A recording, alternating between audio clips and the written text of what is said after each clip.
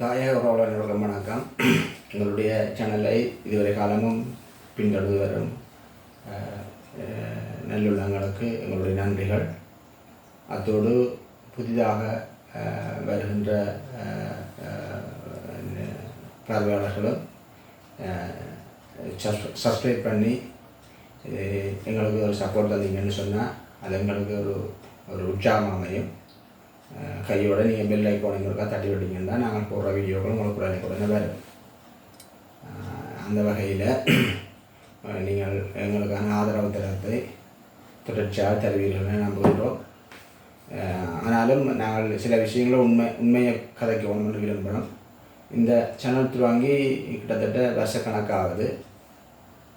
ஆனால் பெரிய அளவு சப்ஸ்கிரைப் எங்களுக்கு இல்லை, என்னவோ தெரியல. ஆனால் நாங்கள் போடுற வீடியோக்கள் கணக்கு பேர் பார்க்குறதாக எங்களுக்கு நேரில் சொல்லினோம்.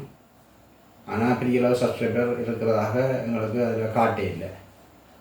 பெருமளவு நாங்கள் இப்போ கதைக்கிற விஷயங்கள் கொஞ்சம் இந்த மாவீரர்கள், போராளிகள் அல்லது போராட்டம் தொடர்பான கருத்துக்கள் அல்லது அரசியல் கட்சிகள் இந்த தவறுகளை சுட்டி காட்டுகிற பக்கங்கள், நடுநிலையான கருத்தை வெளியிடுற பக்கங்கள், அவ்வாறான மற்றது தேசியம் தொடர்பான கருத்தில் நாங்கள் எங்களுடைய தெளிவான பார்வைகள், அவ்வாறான விடயங்களில் இருக்கின்ற போது நாங்கள் இந்த மாவீரர் போராளிகள் குடும்பத்தினர் காப்பகம் என்ற அமைப்பையும் நாங்கள் நடத்தி வர்றதால் என்னதான் அதில் ஈடுபாடு உள்ளவர்கள் கூட தங்களின் அந்த ஈடுபாட்டை வெளிப்படையாக காட்டாத தன்மை உண்ட கடைப்பிடிப்பார்கள். இரண்டால் தங்களுக்கு ஏதாவது இதால் பிரச்சனை வந்துருமோண்டு சில வேளை அது காரணமாக இருக்குமோன்னு நாங்கள் யோசிக்கிறோம். இந்த சப்ஸ்கிரைப் பண்ணி அதை ஃபாலோ பண்ணாமல் இருக்கிறதுக்கான காரணம். அதை விட இப்போ அரசியல் கட்சிகளை நாங்கள் கொஞ்சம் கடுமையாக இந்த தவறுகளை சுட்டி காட்டி கதைக்கிறதால சில வேளையில் அந்த கட்சி ஆதரவாளர்கள் இதை நாங்கள் சப்ஸ்கிரைப் பண்ணக்கூடாதுன்ற ஒரு வில்லங்கமான முடிவை எடுக்கிறார்களோ என்ற கேள்வியும் எங்களுக்கு இருக்குது. அது நிச்சயமாக அப்படி இருக்குது. இதை தாங்கள் சப்ஸ்கிரைப் பண்ணி இதை ஊக்குவிக்கிறதாக தான் இருக்கக்கூடாது. வெளியே அடிச்சாமத்தோடமான்னு சொன்னால் இந்த விஷயங்களில் நாங்கள் சப்ஸ்கிரைப் பண்ணாமல் விடுவோம்ண்டு. எது எவ்வாறு இருந்தாலும் நாங்கள் குறைஞ்ச சப்ஸ்கிரைபரோடையாவது நீண்ட காலம் பயணிக்கிறோம். கிட்டத்தட்ட இந்த தாயக நிதர்சனம்ன்ற அந்த சேனலுக்கு வந்து கிட்டத்தட்ட 2 வருஷம் பெறும்னு எனக்கு நம்புகிறேன். நான் சரியான அந்த காலம் உடனே ஞாபகம் இல்லை. 2 வருஷம் பெறும். ஆனால் சில 100 சப்ஸ்கிரைபராக நாங்கள் அதில் இருக்கணும். அவே எங்களுடைய அந்த உண்மையான பக்கத்தையும் நாங்கள் நடுநிலையான கருத்தையும் தேசியம் சார்ந்து நாங்கள் உண்மையான தேசியம் சார்ந்து பயணிக்கிற அந்த போக்கை நீங்கள் பார்த்தீங்கன்னு சொன்னால் நிச்சயமாக எங்களுக்கு ஒரு சப்போர்ட் தருவீங்கன்னு நாங்கள் நம்புகிறோம். அதைத்தான் நாங்கள் உங்கள்கிட்ட வந்து எதிர்பார்க்குறது. நாங்கள் இன்றைக்கி கதைக்க போகிற விடயம் என்னென்னா, இந்த புதுக்குடியிருப்பில் பச்சை புல்மோட்டைன்ற இடத்துல ஒரு துயில் இல்லம் இருக்குது. அது கிட்டத்தட்ட நாங்கள் இடம்பெயர்ந்து போய்க்குள்ள மூன்றாவதாக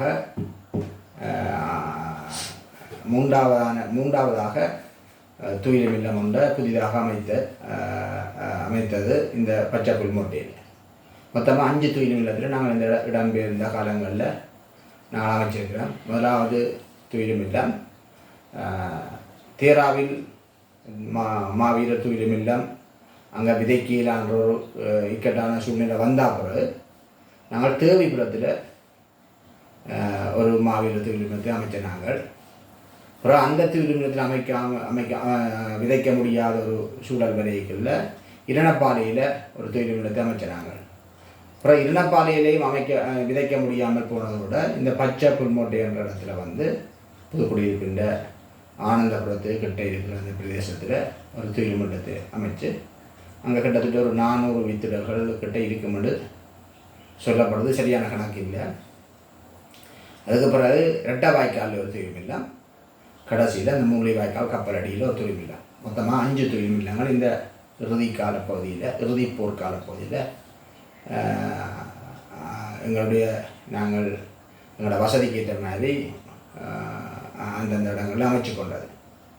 அப்போ இதில் தேவைப்புறம் துயிலும் எல்லாம் ஏற்கனவே அங்கே நிகழ்வுகள் நடைபெற்று வருகிறது. அதே மாதிரி இரணப்பாலை துயிலுமில்லத்திலே நடைபெறுகிறது.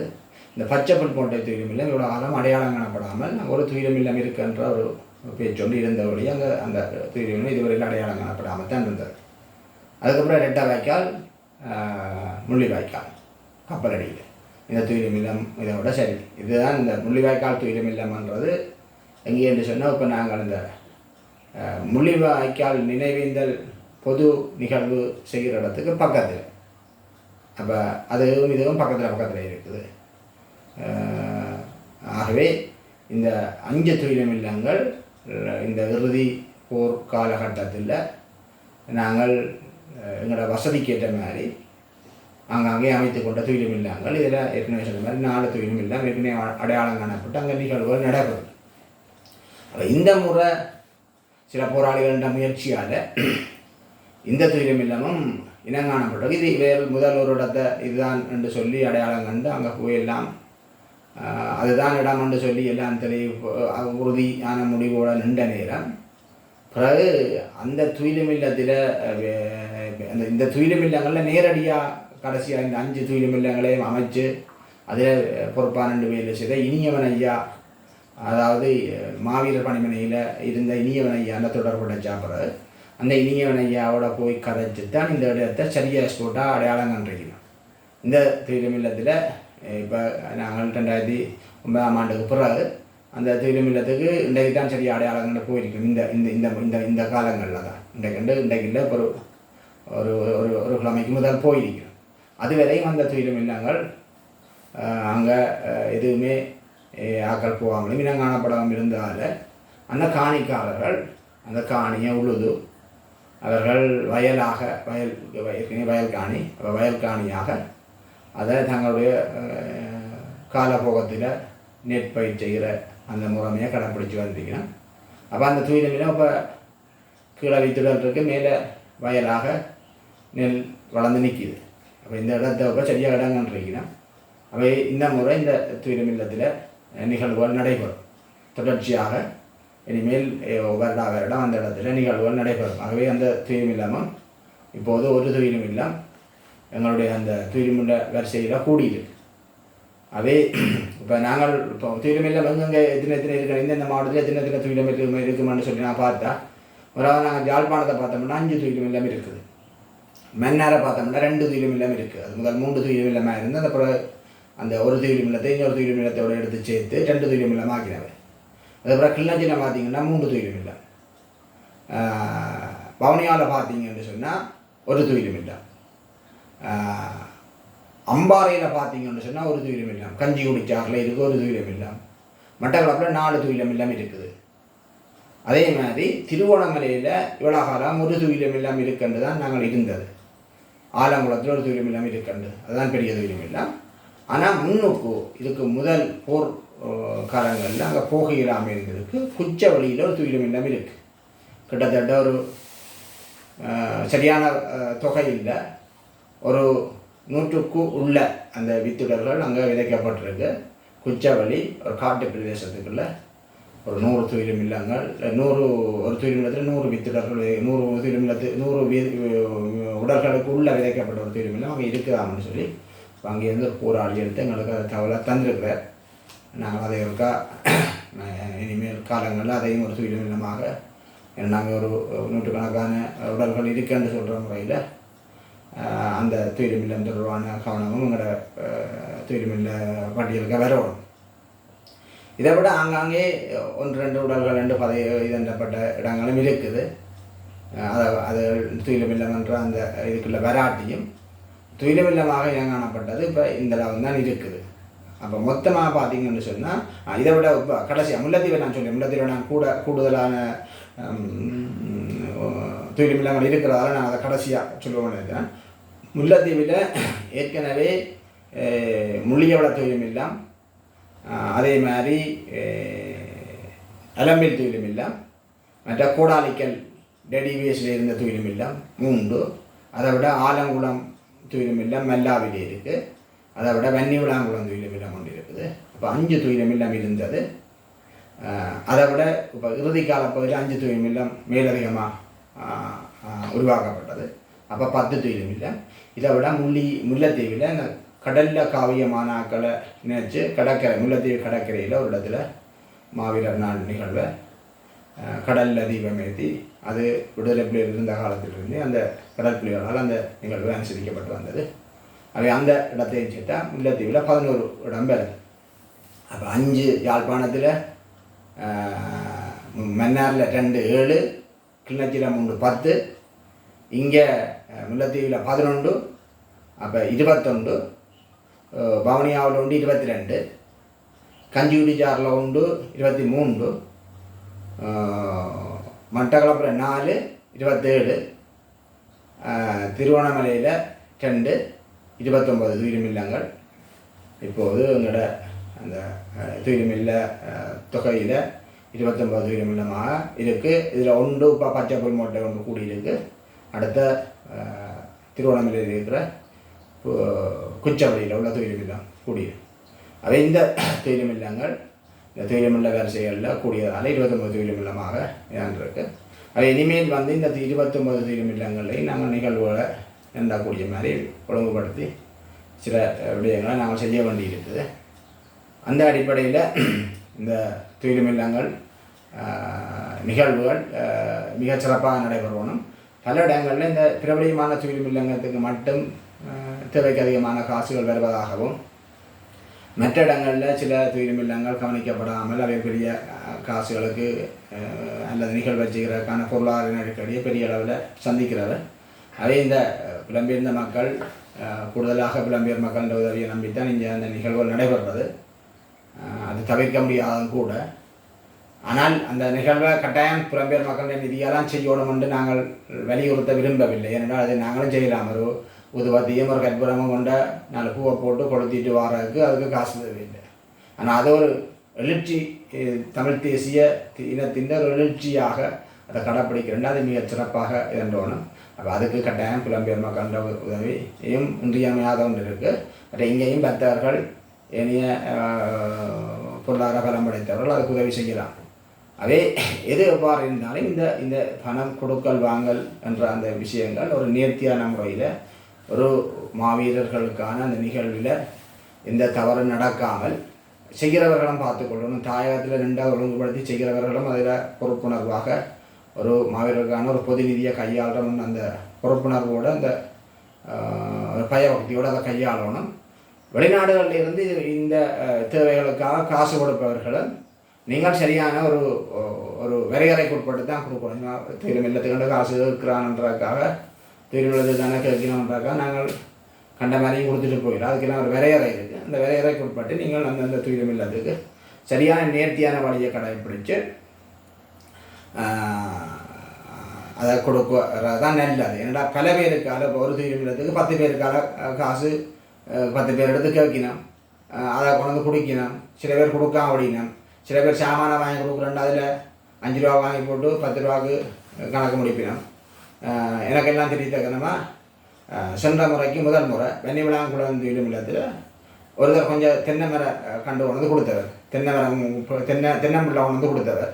அது தென்னம்பிள்ளைன்னு சொல்லிடா, தென்னை மரம் மட்டும் தான் சொல்லலாம். கிட்டத்தட்ட இப்போ நாங்கள் அந்த விளக்கேற்ற இடத்துல அந்த பெற்றோர்கள், அந்த உறவினர்கள் அவர்களோட வீடுகளுக்கு எடுத்து கொண்டு போகக்கூடிய மாதிரி ஒரு தென்னம்பிள்ளையை கொடுக்கணும்டா. அது ஒரு அடி 1 அடிக்குள்ளே இருந்தால் தான் அந்த தென்னம்பிள்ளை ஒரு அவையாலையும் எடுத்து கொண்டு போகக்கூடிய மாதிரி இருக்கும். அதுதான் நல்ல தென்னம்பிள்ளை என்று சொல்லியும் நாங்கள் பலர் சொல்லி கேள்விப்பட்டிருக்கோம். மூச்சா வரும் சின்ன பிள்ளையா, இந்த முளைப்பிள்ளைன்னு சொல்லி அந்த முளைப்பிள்ளையை வச்சா நல்ல மூச்சா கண்டா வரும்னு சொல்லிவிடும். ஆனால் இந்த நபரால் கொண்டு வந்த அந்த தென்னை மரம் கிட்டத்தட்ட 13 அடி 12 அடி 13 அடி குறையாத நீளமான கணக்கோல விரிஞ்ச தென்னங்கண்டு. அப்போ அவர் அங்கேயோ இது எங்கேயோ இலவசமாக வாங்கினாரோ அல்லது குறைஞ்ச விலைக்கு வாங்கினாரோ தெரியும். அந்த தென்னம்பிள்ளையோட வந்து கொண்ட நேரம் அந்த நிர்வாகம் அதை ஏற்க மறுத்தது.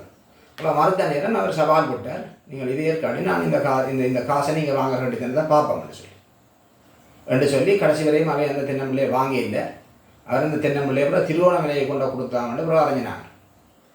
அப்போ இவ்வாறான ஒரு வேலையெல்லாம் செய்யக்கூடாது. உண்மையில் அந்த இடத்துல நாங்கள் கொடுக்குற பிள்ளைய தென்னம்பிள்ளையை சரியான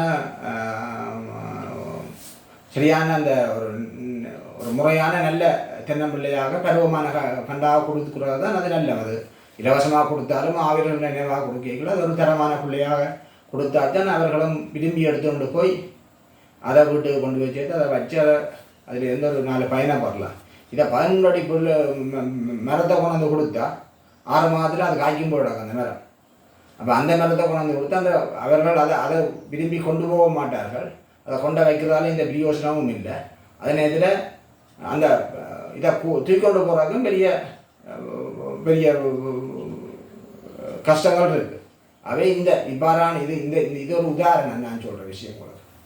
இவ்வாறாக அந்த தீவிரத்துக்கு இந்த தீவிரத்துக்கு அந்த காசை கேட்டு வாங்கி போட்டு இவியல் பிறகு தாங்கள் ஒரு விலைக்கு வாங்கி இந்தியாவில் ஒரு விலைக்கு கொடுக்குற மாதிரியான ஒரு விஷயங்களையும் செய்வினோம். ஆகவே அந்த அந்த அந்த அதுகள் தவிர்க்கப்படணும்னு சொன்னால் இந்த வெளிநாடுகளில் காசு கொடுக்குறவர்களை மிக பொறுப்பாக செயல்படணும். நான் கொடுத்துட்டு நாங்கள் மற்ற எல்லாம் பிளவடிக்காமல் கொடுக்க சரியான வழியை கண்டறிஞ்சு கொடுத்துட்டோம்னா அவைகள் தவற விடுறதுக்கான வாய்ப்பு இல்லை.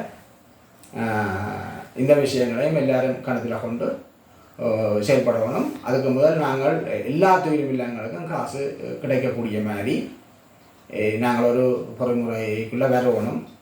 அதுக்கு முதல் அந்த அந்த விஷயங்களை சரியான முறையில் அந்தந்த தொழிலும் இல்லங்களுக்கு கிடைக்கக்கூடிய மாதிரி சரியான ஒரு ஒழுங்காக கடைப்பிடிக்கணும். ஏன்னா பிரபலியமான தொழிலும் இல்லங்களுக்கு அல்ல பிரபலியங்கள் நிற்கிற அரசியல்வாதிகள் நிற்கிற தொழிலும் இல்லங்களுக்கு அவரை தெரியும் வேறு தெரியும்னு எல்லாரும் விழுந்து கட்டி குடிப்பினோம்.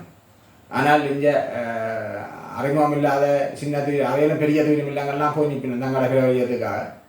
அப்போ அங்கே கூட காசு தரும். இனிய சின்ன சின்ன தொழிலும் இல்லங்களாக இருக்கிறால இங்கே ஒதுக்குப்புறங்களில் இருக்கிற தொழிலும் இல்லங்களுக்கு காசு இல்லாமல் சரியான நெருக்கடிகளை சந்திப்பினோம். இந்த விஷயங்களையும் இங்கே ஒன்று இரண்டா மாவீரர்கள் எல்லாரும் 1 லட்சத்துக்காக ஒரு தலைவனைக்குள்ள ஒரே நோக்கத்தோட களமாடி விளைச்சி அடைஞ்சல். அப்போ இதில் பெரிய தொழிலும் சின்ன தொழிலும் ஒன்றுமே இல்லை. எல்லா தொழிலும் ஒரே மாதிரி ஒரு வரையறைக்கு உட்பட்டு நிர்வகிக்கணும் என்றதான் எங்களுடைய வேண்டுகோளும் ஆதங்கமுமாக இருக்கிறது. எனவே இந்த விஷயத்தை தெளிவாக அந்த தொழில்நிலத்தை நிர்வகிப்பவர்களும் அதில் புலம்பெயர் நாடுகளிலிருந்து நிதி வழங்குகிறவர்களும் கருத்தில் கொண்டு நீங்கள் உங்களுடைய செயல்பாடுகளை செய்வீர்கள் என்று நம்புகின்றோம். நன்றி. மக்களுடன் போராடுகள், மக்களை காப்பார்கள்.